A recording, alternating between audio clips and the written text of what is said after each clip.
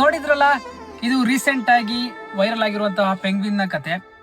Actually science ಏನ್ ಹೇಳುತ್ತೆ ಅಂತ ಹೇಳಿದ್ರೆ, ಈ ಪೆಂಗ್ವಿನ್ಸ್ಗೆ ಎಕ್ಸಿಸ್ಟೆನ್ಷಿಯಲ್ ಕ್ರೈಸಿಸ್ ಅನ್ನೋದೇ ಇರಲ್ಲ. ಅದು ಫಿಲಾಸಫರ್ ಅಂತೂ ಅಲ್ಲ, ನಮ್ಗೇನೋ ಮೋಟಿವೇಟ್ ಮಾಡ್ತೀವಿ, ನಮ್ಗೇನೋ ಹೇಳಕ್ ಬರ್ತೀವಿ ಅಂತ ಅನ್ಕೊಂಡಿದೀವಿ.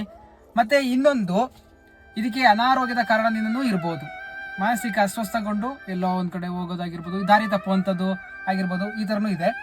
ಮತ್ತೆ ಇನ್ನೊಂದು, ಇದಕ್ಕೆ ಬ್ರೀಡಿಂಗ್ ಟೈಮಲ್ಲಿ ತುಂಬಾ ಸ್ಟ್ರೆಸ್ ಫೀಲ್ ಆಗಿ ನಮ್ಗೆ ಜೀವನವೇ ಬೇಡ, ಎಲ್ಲರೂ ಹೋಗ್ಬಿಡ, ಒಬ್ಬನೇ ಹೋಗ್ಬಿಡುವ ಅಂತ ಅಂದ್ಕೊಂಡು ಹೋಗುವಂಥದ್ದು ಚಾನ್ಸಸ್ ಇದೆ. ಮತ್ತೆ ಇದೊಂದು ಇನ್ಸ್ಟೆಕ್ಚುಯಲ್ ಎರರ್ಸ್ ಏನು ಅಂತ ಹೇಳಿದ್ರೆ, ನಮಗೆ ಪ್ರಾಣಿಗಳಿಗೆ ಆಕ್ಚುಲಿ ಪರ್ಫೆಕ್ಟ್ ಆದ ಒಂದು ಡಿಸಿಷನ್ ತಗೊಳ್ಳೋ ಅಂತ ಒಂದು ಕೆಪಾಸಿಟಿ ಇರಲ್ಲ. ಸೊ ಇದು ಆಕ್ಚುಲಿ ಮನುಷ್ಯರಿಗೆ ಕೆಲವೊಮ್ಮೆ ಇದು ಈ ತರ ಪ್ರಾಬ್ಲಮ್ಸ್ ಇರುತ್ತೆ. ಸೊ ಇದು ಪ್ರಾಣಿಗಳಿಗೆ ಹೇಳಬೇಕು ಅಂತ ಏನಿಲ್ಲ, ಈ ತರ ಹೇಳ್ತಿದ್ದಾರೆ. ನಿಮ್ಮ ಅನಿಸಿಕೆ ಏನು ಅಂತ ಹೇಳಿ ಕಮೆಂಟ್ ಮೂಲಕ ತಿಳಿಸಿ. Thank you for watching. Next ಸಿಗುವ.